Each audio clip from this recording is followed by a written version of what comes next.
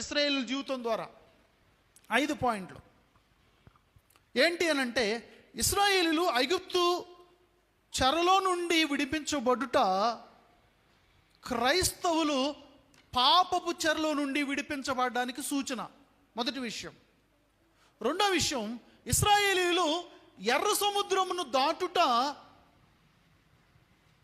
క్రైస్తవులు బాప్తిస్మం పొందుటానికి సూచన.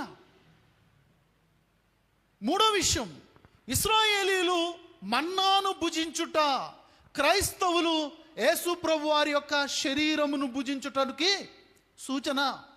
నాలుగో విషయం, ఇశ్రాయేలీలు అందరూ ఒకే బండలో నీళ్లు త్రాగారు.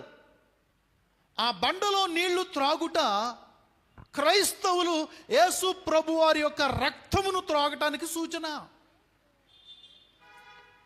ఇశ్రాయేలీలు వాగ్దత్త దేశానికి ప్రయాణం చేస్తున్న ఆ ప్రయాణము క్రైస్తవులు పరలోకానికి ప్రయాణం చేయటానికి సూచన.